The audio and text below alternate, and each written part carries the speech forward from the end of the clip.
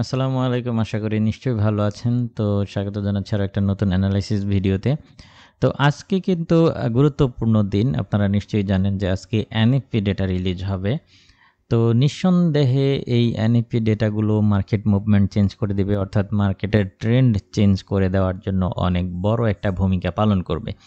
তো গতকালকে আমরা যেটা দেখেছি যে গোল্ডের ক্ষেত্রে যেটা টেকনিক্যালি যে একটা কারেকশন আমাদের প্রত্যাশিত ছিল সেটা সাময়িকভাবে হয়েছে বা ছোট আকারে একটা কারেকশন কিন্তু গতকালকে হয়েছে। তো এখান থেকে আবারও প্রাইস কিন্তু ওই উপরের যে রেসিস্ট্যান্স জোনটা রয়েছে অর্থাৎ 2872 এটাকে পুনরায় আজকে সকালে কিন্তু টেস্ট করেছে বা এখনও ওই জায়গাতেই প্রাইসটা অবস্থান করতেছে।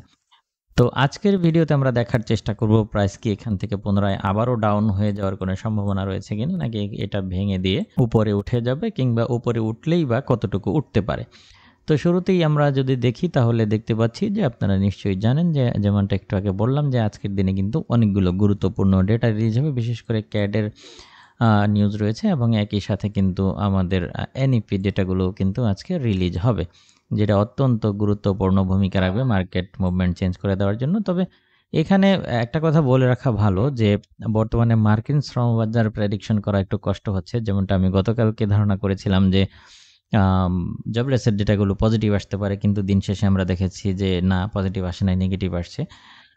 আর আমরা অন্যান্য সময়ে যেটা প্রেডিকশন করতাম মোটামুটি সেটা হইতো, কিন্তু এখন এটা হচ্ছে না। কারণ আপনারা যদি দেখেন যে লাস্ট এফএমসি মিটিংয়ে পাওয়েলের যে বক্তব্য ছিল প্রেস কনফারেন্সে, আমরা শুনেছি যে শ্রমবাজারের অবস্থান ভালো। আবার আমরা দেখলাম যে এডিপির যে জব ওপেনিংয়ের যে ডেটাগুলো, ওই ডেটাগুলো কিন্তু আবার আমরা আমাদের প্রত্যাশা পূরণ করতে পারিনি। আবার তার পরের দিনই আমরা দেখেছি যে জবলেসের ডেটাগুলো পজিটিভ, আবার চলতি সপ্তাহে দেখলাম যে নেগেটিভ। মানে এত বেশি আপ ডাউন, যে কারণে বর্তমানে মার্কিন শ্রমবাজার প্রেডিকশনটা একেবারেই মিলতেছে না আমাদের সাথে। তো এই জন্য এনএফপির ডেটা আসলে কতটুকু মানে আপ ডাউন হবে সেটা বলতে পারতেছি না। যেমনটা অন্যান্য ভিডিওতে অ্যানালাইসিস করার সময় আমি একটা ধারণা দিই যে এটা হতে পারে, কিন্তু আজকে সেটা দেওয়া যাচ্ছে না। এটা যে কতটুকু আপ ডাউন হতে পারে, কিংবা এটা ডলারের জন্য কতটুকু পজিটিভ আসতে পারে বা কতটুকু নেগেটিভ আসতে পারে, কারণ দেখা যাচ্ছে একটা পাগল প্রেসিডেন্ট আবার ক্ষমতায় আসছে, ডোনাল্ড ট্রাম্প। তো এর বিভিন্ন পাগলাটে নীতির কারণে এই ধরনের একটা অস্থিরতা তৈরি হচ্ছে। তো যাই হোক, আমাদের অবশ্যই এনএফপি ডেটার জন্য অপেক্ষা করতে হবে এবং এনএফপি ডেটা রিলিজ হওয়ার আগ পর্যন্ত তেমন বড় ধরনের কোনো পদক্ষেপ নেওয়া যাবে না। আমরা অপেক্ষা করব, এই ডেটাগুলো দেখব এবং পরবর্তীতে একটা সিদ্ধান্ত নিব। তো এনএফপি ডেটার আগে আমরা যেটা করতে পারি সেটা হচ্ছে যে আজকের দিনে আমি আপনাদেরকে কিছু প্রাইস নোট করে দিব। ওই সমস্ত প্রাইজে গেলে বাই সেল করবেন। তবে একটা প্রাথমিক ধারণা দিয়ে রাখি, যদি এনএফপি ডেটা পজিটিভ আসে তাহলে গোল্ড এখান থেকে ডাউন হয়ে যেতে পারে এবং এই ট্রেন্ড লাইনকে টেস্ট করতে পারে এবং সেই লেভেলটা হতে পারে এইটা, অর্থাৎ 2810 আশেপাশে নেমে যেতে পারে এবং এখান থেকে আবারও পুনরায় এটা বুলিশ মুভমেন্ট শুরু করবে। এবং যদি কোনো কারণে এই লেভেলটাকে ভেঙে ফেলে, নিউজ টাইমের আগে হোক কিংবা নিউজ টাইমের পরে হোক, এই লেভেলটাকে যদি ভেঙে ফেলে অর্থাৎ 2872, তাহলে এটা আরও উপরে উঠে যাবে এবং এটা পরবর্তী মুভমেন্ট হবে $2929। হ্যাঁ, যদি এই লেভেলটাকে ক্রস করে ফেলে তাহলে এটা আবারও বুলিশ মুভমেন্ট শুরু করবে এবং ধীরে ধীরে এটা $2929 দিকে মুভমেন্ট শুরু করবে এবং এখানে আসার পরে নতুন করে আবারও অ্যানালাইসিস করে দেখতে হবে যে এটা আরও উপরে উঠবে নাকি এখান থেকে ডাউন হয়ে যাবে। যাই হোক, এটা হচ্ছে পরের আলোচনার বিষয়, এখন না।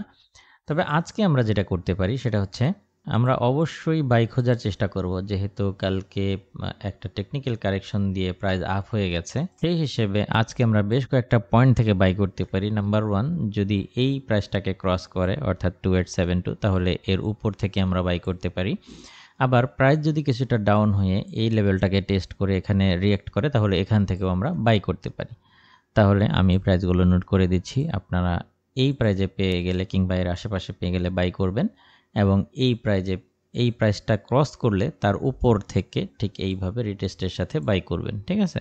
এবং প্রাইস যদি এই 2854কে ক্রস করে নিচের দিকে নামতে থাকে, তাহলে এই 2854 এর নিচে থেকে সেল করতে পারেন। তাহলে আমরা যদি এখান থেকে বাই নিই, আমি ধরে নিচ্ছি যে আমরা যদি এখান থেকে বাই নিই, তাহলে আমরা এটার স্টপ লসটা যে পয়েন্টগুলোতে দিতে পারি সেটা হচ্ছে যে প্রাথমিক পর্যায়ে আমরা স্টপ লসটা হচ্ছে এখানে স্টপ লস দিব। তো আমরা যদি এখান থেকে বাই নিই তাহলে স্টপ লসটা এখানে দিব, আর যদি এখান থেকে বাই নিই তাহলে স্টপ লসটা এর নিচে দিব। আশা করি বুঝতে পেরেছেন।